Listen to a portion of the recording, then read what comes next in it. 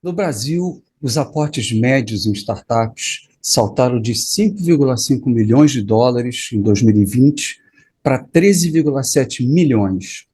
Por outro lado, 80% dessas startups estão no Sul e Sudeste, e apenas 7% estão no Nordeste, conforme a plataforma SlingHub.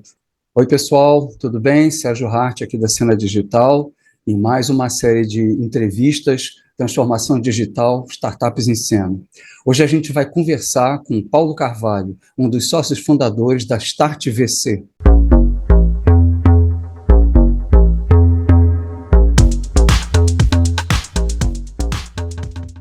E se você ainda não assinou o canal, por favor, considera, dá o seu like e aperta aqui o sininho para que você possa acompanhar todas as discussões que a gente tiver com os líderes de transformação digital no Brasil. A Start VC é uma aceleradora de startups com sede em Salvador, que foca em ajudar startups do Nordeste brasileiro a encontrar um encaixe do seu produto com o mercado e criar conexões entre startups e o mundo da venture capital. A Start VC abriu o primeiro edital há poucas semanas e planeja selecionar até 10 empresas até dezembro. O Paulo é natural de Salvador, formado em engenharia biomédica, elétrica e da computação, com doutorado em engenharia robótica. Ele iniciou a sua carreira nos Estados Unidos, onde desenvolveu sistemas robóticos para operações cirúrgicas e órteses robóticas, e trabalhou em diversas startups. Hoje ele está à frente da Start VC, uma aceleradora de startups que quer posicionar o Nordeste e a Bahia no mapa dos investidores. Paulo, muito prazer em ter você aqui com a gente, e eu queria começar te fazendo já uma primeira pergunta, que era o seguinte: qual a oportunidade de negócio que vocês perceberam para criar a Start VC? Ou seja, qual foi a tese de vocês? Primeiramente, Sérgio, eu quero agradecer pela oportunidade de estar aqui. A tese da Start VC foi a seguinte: todos os sócios, ou pelo menos a maioria dos sócios da Start VC, viveram muitos anos fora do país. Temos representação na Espanha, na Inglaterra, nos Estados Unidos e em Portugal.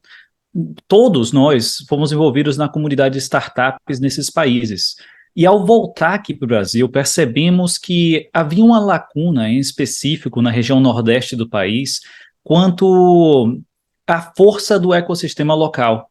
Então a gente viu que havia uma oportunidade aí, que o mercado local precisava de um suporte maior para poder avançar com essas startups, mas esse ecossistema não estava lá para dar suporte a eles.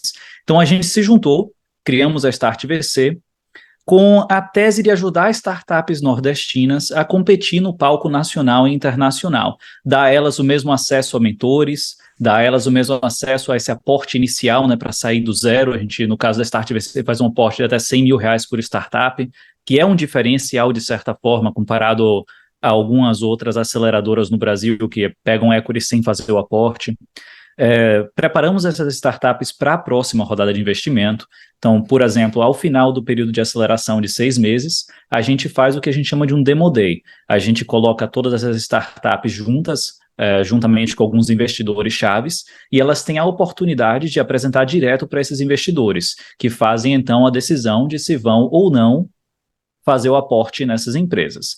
Então, a gente montou esse pacote bastante completo, com a ideia de apoiar essas empresas a saírem do zero para o um. Entendi. E qual é o escopo de atuação de vocês, né? Você falou de acelerar, de você adquirir uma parte da empresa. Você vai até onde? Você chega a ajudar na venda? Qual é o escopo de atuação de vocês, além de acelerar? E vai além do Demo Day? Como é que é isso? Pronto, com certeza, é uma boa pergunta. Então, o foco da Start VC é pegar startups que estão em fase inicial. Geralmente isso tenho uma ideia, estou colocando na prática, mas ainda não tenho uma receita muito grande e definitivamente não encontrei ainda o Product Market Fit, né, que é o encaixe do produto com o mercado. Então a gente pega esses empreendedores e essas empresas Ou e seja, ajuda elas. não é seed capital, não é para quem tem só uma ideia, é para quem já tem um tempo de funcionamento. Isso, a gente está aberto a receber apenas a receber empresas em fase de ideia, né? Mas não é o foco primário, né? Isso Tá. aí seria o foco de uma incubadora, por exemplo, né? Nós somos um estágio acima desse. Então, a gente quer receber essas empresas e ajudá-las a sair da situação que elas estão agora para, pronto, tenho agora um produto que tem um encaixe muito melhor com o mercado, estou vendo uma aceitação dos meus clientes, estou me preparando para crescer e para poder fazer um teste em maior escala, preciso na próxima captação. Então, a gente ajuda elas a conseguir essa captação. Sendo que a gente vai ter dado essa mentoria, a gente fica com um pouco de equity nessas empresas, em troca de todo esse serviço que a gente presta, né, a gente não cobra nada das empresas, é apenas um percentual pequeno do equity. Então, a gente vai ter o interesse de continuar de forma perpétua ajudando essa empresa. Seja o empreendedor ligando para a gente depois e dizendo, pô, estou precisando de agora fazer uma rodada série A, será que você não consegue me conectar com os investidores? Ou até, pô, tive essa dúvida aqui técnica, será que vocês podem me conectar com alguém para tirar essas dúvidas? Temos o maior interesse de dar esse tipo de suporte para sempre para todas as startups que passarem para o nosso programa. Mas o principal mesmo é conseguir fazer esse período de 6 meses de mentoria, de suporte. Por exemplo, a gente dá o suporte jurídico, contábil, de RH e alguns outros de forma completamente gratuita. Então, a empresa não precisa ficar gastando com contador, não precisa ficar gastando com advogado, e muito mais importante do que não ficar gastando é não apitar por não ter. Porque muitas empresas, por não quererem pagar os 2 mil, 3 mil para ter um advogado para ajudar de vez em quando, fazem coisa sem advogado. E se colocam numa situação em que no futuro isso passa a ser um problema. Porque quando você é muito pequeno, ninguém está muito de olho em você. Mas quando você começa a crescer, aquela pessoa que fez um contrato com você lá atrás, que sabe que dá para se aproveitar, agora vem atrás de você. Então é importante estruturar as coisas desde o começo, para elas já darem certo enquanto você cresce. Contabilidade organizada, por exemplo, é muito importante para o investidor. Quando você for pegar uma rodada de investimento, o investidor vai te pedir, pô, cadê as DREs aqui assinadas por um contador? Aí você vai poder mostrar. Se não tiver isso, o investidor fica um pouco assustado, porque ele não sabe, será que você está misturando as finanças pessoais suas com a da empresa? Será que você está pagando muita coisa por fora? Será que você está com um débito de algum imposto e a gente não está sabendo? Então, tudo isso é bastante importante. E qual é o modelo de negócio? Ou seja, como é que vocês... Está claro como é que vocês geram valor. Agora, como é que vocês captam valor? Uhum. Então, essa é uma pergunta que a gente já até se fez muitas vezes, né? Porque a gente criou essa empresa com o intuito de ajudar empreendedores nordestinos, né? Então, descobrir como fazer essa empresa se sustentar financeiramente de forma sustentável, né? É algo que é até um debate contínuo entre os sócios. Mas então, para entender um pouco, nessa primeira rodada, os sócios da Start VC estão aportando nas startups, estão aportando para fazer o marketing da própria Start VC e aportando para fazer toda a estrutura. O suporte jurídico e contábil são feitos por 2 empresas parceiras nossas que entraram como sócios também, é o escritório de Rui e o escritório de Yucatán, o jurídico e o contábil, respectivamente.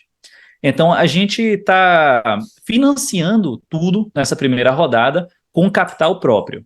Agora, a pergunta é bastante interessante porque a gente sabe que, mesmo que a gente tenha todo esse interesse em fazer, o nosso dinheiro não é ilimitado. Então, a gente precisa de suporte para conseguir fazer as rodadas futuras. Então, como é que vai funcionar nas próximas rodadas? Tem 2 lados, né? A longo prazo, essas empresas que a gente investiu agora em fase inicial vão passar a dar certo. Né? Essa empresa que a gente investiu agora em 2022, em 2027 pode ter um IPO, em 2029 pode ser comprada por uma empresa maior. Aí esse capital, que é correspondente à nossa participação na empresa, volta para a empresa e a gente usa esse capital para apoiar mais empresas, né? Que é esse ciclo de positive feedback loop, né? Um ciclo de reforço positivo. Agora, o que acontece até lá? A gente, como sócio, não vai poder ficar aportando a cada semestre em 10, 20, 30 empresas diferentes, né, que vai ficar insustentável. Então, a gente planeja abrir rodadas de captação para investidores que têm interesse em participar desse ecossistema de startups.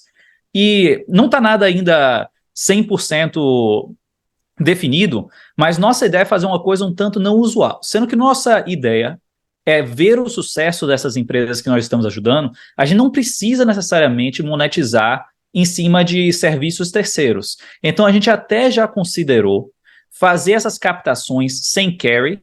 Carry é o nome dado àquela taxa de performance, né? Por exemplo, pô, você investe R$100 comigo, se o dinheiro render, eu fico com 20% do rendimento. Então, a gente faria sem essa taxa de sucesso e sem taxa de administração. Então, o dinheiro que os investidores colocariam seria usado para montar uma SPE, ou uma SPC, né, depende da situação específica, que iria passar direto para investimento nessas empresas. Então, os investidores ficariam com a parte do equity referente ao investimento financeiro e a gente, como Start VC, com a participação do equity pequena referente à mentoria, conexões e toda a estrutura que a gente está dando. Então, essa é a ideia de como a gente faz a Start VC se perpetuar como empresa. Entendi. E do ponto de vista de escopo, né, eu tinha feito uma pergunta inicial, você tinha já adiantado, né, sobre contabilidade e uma série de coisas. Tem alguma coisa adicional no escopo de ajuda, de infraestrutura, de ajuda que vocês também fazem, que você não chegou a falar até agora? Não sei, mentoria?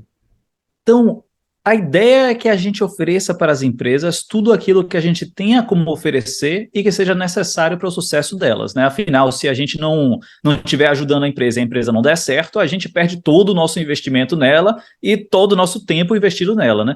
Mas o plano base nosso vamos dar essa ajuda financeira, né, via o aporte nas empresas, até R$100 mil por empresa. Vamos fazer o suporte jurídico e contábil gratuito, RH também. Vamos fazer mentoria, e a mentoria é interessante, né? Porque a mentoria não é só com a gente, né? Porque entre os sócios da Start VC, claro, temos pessoas que são muito boas em certos setores, mas nós não somos bons em todos, né? Longe disso. Então, o que é que a gente faz? A gente chama uma comunidade de membros, de pessoas, por exemplo, o CEO de uma empresa de petróleo, o CEO de uma empresa de mineração, pessoas de agritech, pessoas de fintech, pessoas de diversas áreas diferentes, pessoas de startup, pessoas de growth. Então, a gente tem uma rede grande desses mentores e, dependendo das necessidades específicas de cada empresa, a gente conecta elas aos mentores específicos. Então, digamos que uma empresa está querendo criar um banco digital do futuro. Pô, a gente pega e conecta ela com alguém que trabalha na XP, que já teve essa experiência de criar uma fintech do zero no Brasil. Então, esse é parte do trabalho que a gente está fazendo nesse lado da mentoria também, né?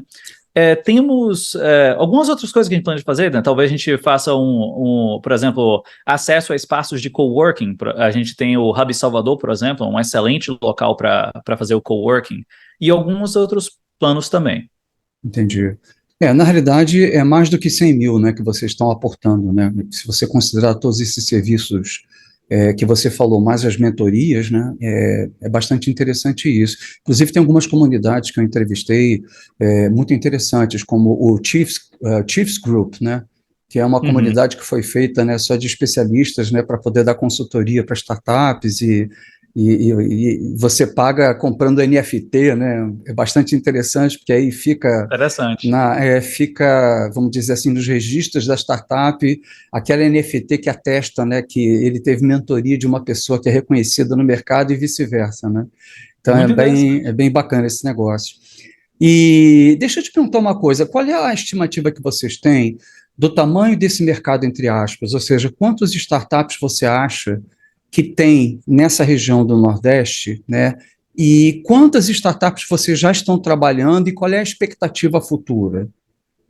Poxa, tem muitas startups. O Nordeste brasileiro é muito grande, né? A gente está falando de quase 1/4 da população brasileira. E se a gente olhar só as estatísticas, né?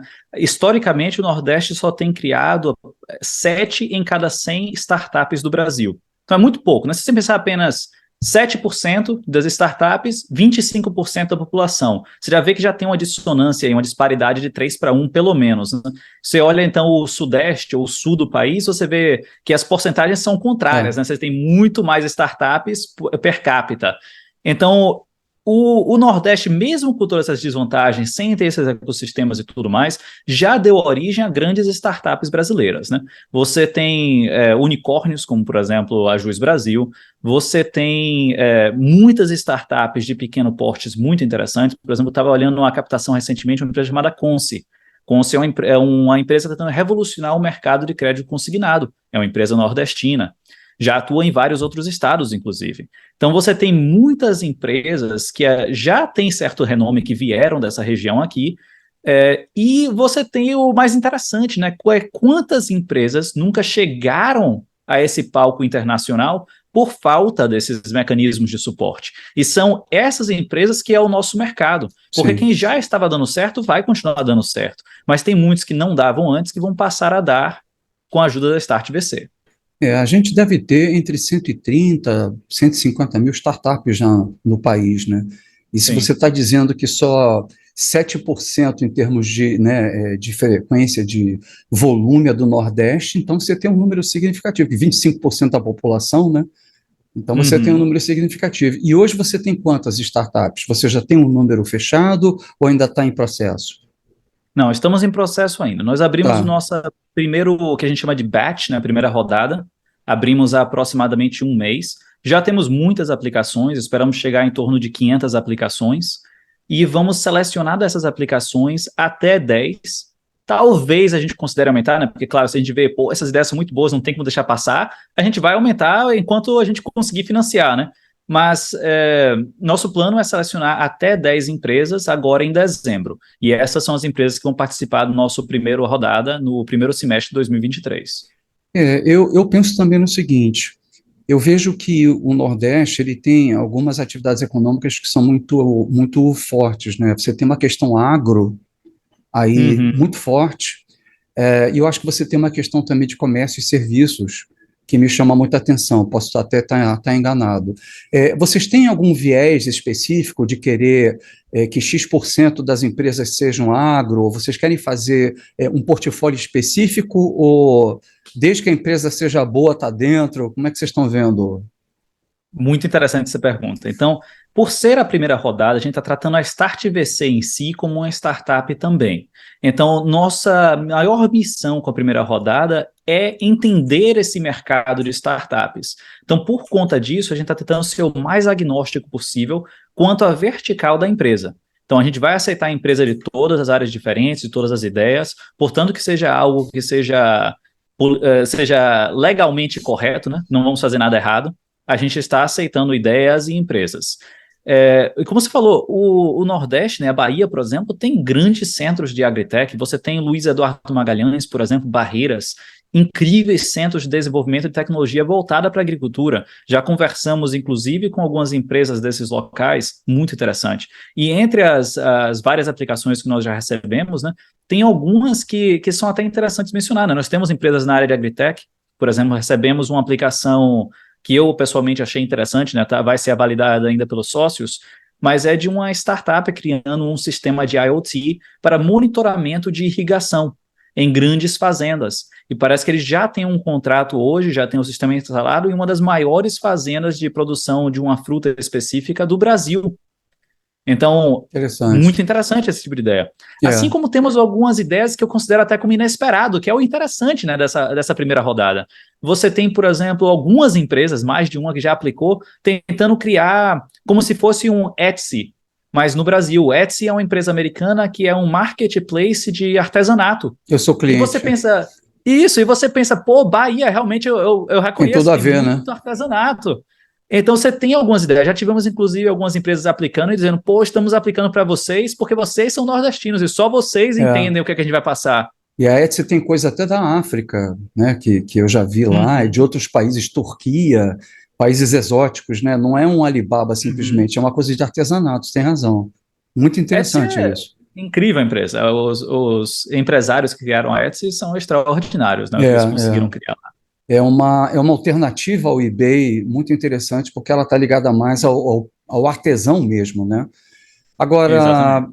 uma coisa também que eu fico pensando é do lado da demanda, né? Ou seja, você tem Uhum. fazendas, você tem empresas no Nordeste, que também devem ter necessidades, né, que podem ser atendidas através da Start VC, né, e Uhum. de atividades que você pode vir a criar no futuro, né? Vocês já Uhum. pensaram também em se associar ou a levantar com essas empresas, seja do agro, seja indústrias, né, seja grandes grupos comerciais, de como direcionar isso? Como é que está o relacionamento de vocês com essas instituições, Isso. corporações? Uhum. A gente já conversou com muitas empresas, né, para formar parcerias, para fortalecer, porque tem muita sinergia, né, o mundo de Sim, startups com o mundo de empresas, por falta de uma palavra, normais, né, as empresas que são incumbentes, as empresas que já operam. sim. Então, tem algumas formas de sinergia aqui, né? Você tem, por exemplo, essas empresas, muito provavelmente, serão clientes dessas startups. Então, essas startups vão tentar encontrar essas empresas, né, para começar a operar, né, como clientes, como até fornecedores. Então, certamente estamos fazendo essas conexões para a gente conseguir facilitar essa carteira de clientes para as startups. Muito importante isso. Agora tem o outro lado também, né? A gente tem percebido que no Brasil, diferente de alguns outros países, como até a cultura do Silicon Valley, né, do Vale do Silício nos Estados Unidos, aqui tem dado muito mais para o lado de venture capital building, que são criar startups já prontas para serem adquiridas por empresas, do que o outro lado, que é criar startups que vão um dia virar grandes empresas. Então a gente tem notado essa diferença no mercado nacional versus alguns outros países fora da América Latina, e a gente tem tentado ficar mais nesse âmbito internacional, né, que é o mais inspirado no Y Combinator, por exemplo. O Y Combinator é o maior acelerador de startups do mundo. Eles aceleraram 300, eu acho que chegaram a 500 empresas em um único semestre, né? Mas no normal é por volta de 300, muitas empresas, um aporte grande, uma competição muito, muito grande para participar. Muito interessante o projeto deles, né? Já estão rodando há muitos anos, são possivelmente a mais antiga aceleradora do mundo, inclusive, né? Mas o que é que tem de interessante? As empresas que passam pelo Y Combinator, muitas delas são empresas que vão depois ter um IPO. Então, são empresas como a Dropbox, por exemplo, são empresas como a Rappi, são empresas que vão se tornar, essas empresas que vão existir como futuros incumbentes, são empresas que vão se tornar grandes. E no Brasil, não, a gente tem visto que muitas aceleradoras elas focam em simplesmente fazer pequenos exits e rápidos exits com essas empresas. E a gente está tentando, pelo menos nessa primeira rodada, fazer diferente. A gente quer ver se a gente consegue realmente pegar essas empresas e ajudá-las a se sustentarem por si só, que conseguirem crescimento sozinhas, né, para participarem do ciclo de venture capital, né, que vamos pegar agora uma rodada seed com a gente, vamos pegar uma rodada Series A, depois Série B, Série C, Série D, e vamos tentar fazer um IPO. Então a gente quer experimentar com esse mercado, mas claro, que não isenta a possibilidade da gente ir pelo caminho também de exits com venture capital. Talvez capital. porque a situação econômica nossa, a estabilidade difere um pouco da estabilidade americana, e a startup se sente mais insegura em continuar tentando crescer, tentando lutar, né? Como nos Estados Unidos, que a facilidade de investimentos é muito maior, né? Você já tem uma infraestrutura para isso, então o cara acaba vendendo, né, realizando o lucro dele e partindo para uma outra, né, e vai fazendo isso, né? Talvez essa seja... E não tem como você também achar isso ruim, né? Ambos os caminhos são perfeitamente válidos e é um sucesso em cada caso, né? Não temos... Sucesso é sucesso. Pô, o empreendedor que saiu, criou uma startup do zero e depois vendeu ela por 30 milhões de reais, é um grande sucesso, é uma pessoa extraordinária, né? É apenas, como você falou, né? São medidas de riscos diferentes. Por exemplo, algo mais popular, né? Aquele canal de YouTube do MrBeast, que é considerado o canal de YouTube mais assistido no mundo, ele recebeu supostamente uma oferta de venda de $1 bilhão e rejeitou a oferta de venda. Então, realmente é algo que pode ser do empreendedor em si, né? Ter aquele empreendedor que considera, pô, essa empresa é minha, eu vou até o final, mas isso também pode ter lados negativos, né? Você tem situações de empresas que receberam ofertas de compras por valores muito altos, rejeitaram para apenas anos depois valerem uma fração da oferta que lhes foi feita, né? Então sempre uma decisão de cada empreendedor e a gente está aqui para tentar ajudar cada um a encontrar seu caminho. E a cultura empreendedorística no Brasil, ela precisa amadurecer mais do que você já tem nos Estados Unidos, que é uma nação que cresceu baseada no empreendedorismo, né? Então você tem um Steve Jobs que consegue levar a Apple até um ponto em que ele foi colocado para fora da própria empresa, mas depois de ter construído um império, assim como também o pessoal do Uber e do Airbnb que ainda está lá, né? Mas eu acho que no caso do Brasil são raros, a não ser que você tenha um profissional extremamente maduro e que você tenha também uma fonte de financiamento ali presente e pesada, né? Que são condições no Brasil mais adversas, né? Do que no primeiro mundo, né? E parte disso também vem dessa questão de ecossistema, né? Ela vem de que nos Estados Unidos você conseguir um aporte pré-seed, por exemplo, que é ainda na fase de ideia para sua startup, até na casa de centenas de milhares, se não milhões de dólares, é comum. Eu não diria que é uma coisa que acontece com todos, mas é um tanto comum você vê com frequência. No Brasil, isso é quase impensável, né? Aqui, em muitos casos, isso é uma coisa que a Start VC está tentando mudar um pouco, né? Você tem que criar uma empresa que se sustenta desde o começo, ou investir tudo que é seu e se endividar e o que for necessário para fazer essa empresa rodar, para quando você já tem algo, os investidores considerarem você. Os investidores no Brasil, assim como alguns países europeus, Portugal, por exemplo, eles tendem a entrar apenas com um índice de risco um pouco menor, que é uma fase pós-MVP. Né? Então, isso talvez também cause um pouco de mudança. Mas no Brasil, nós também temos empresários extraordinários que criaram grandes empresas. Né? Se a gente tem, por exemplo, o Buscapé, com o fundador do Buscapé, inclusive, Sim. recentemente montou um fundo de venture capital. Ele captou quase R$ 1 bilhão para fazer investimento em algumas empresas em parceria com a XP. Então, temos grandes empresários, né, grandes empreendedores que levaram empresas do zero até se tornarem grandes empresas aqui no Brasil também. É que a gente... os Estados Unidos, na verdade, não é a gente, né? Os Estados Unidos faz um excelente trabalho de marketing. Pô, você pensa nos filmes de Hollywood, tipo, só aparece Harvard e MIT. Você vê na televisão, é sempre fazendo marketing dessas empresas americanas, sempre fazendo marketing. Pô, o Facebook é americano, etc. Mas temos, não só no Brasil, mas no Brasil temos muitos exemplos, grandes empresas também. Bom, pessoal, eu conversei aqui com o Paulo Carvalho, né, da Start VC, e espero que vocês tenham gostado. Acho que foi muito legal essa visão aí de vocês focarem numa determinada região do Brasil, que realmente é uma região densa, uma região importantíssima e que está sendo pouco explorada, né? E quero desejar muito sucesso aí para vocês, né? Com certeza. Obrigado. Espero que daqui a pouco a gente tenha uma outra entrevista aí para você contar aí as realizações, né, que vocês fizeram, as startups que vocês estão endossando aí. E também gostaria de me despedir do pessoal que está assistindo a gente. Mais uma vez, reforçar aqui, né? Por favor, se você não se inscreveu no canal, por favor, considera, dá o seu like, que isso é importante para a gente, aperta aqui o sininho, para que você possa acompanhar discussões desse nível que a gente teve aqui com o Paulo Carvalho. E no mais, muito obrigado aí para todo mundo, um grande abraço e até a próxima.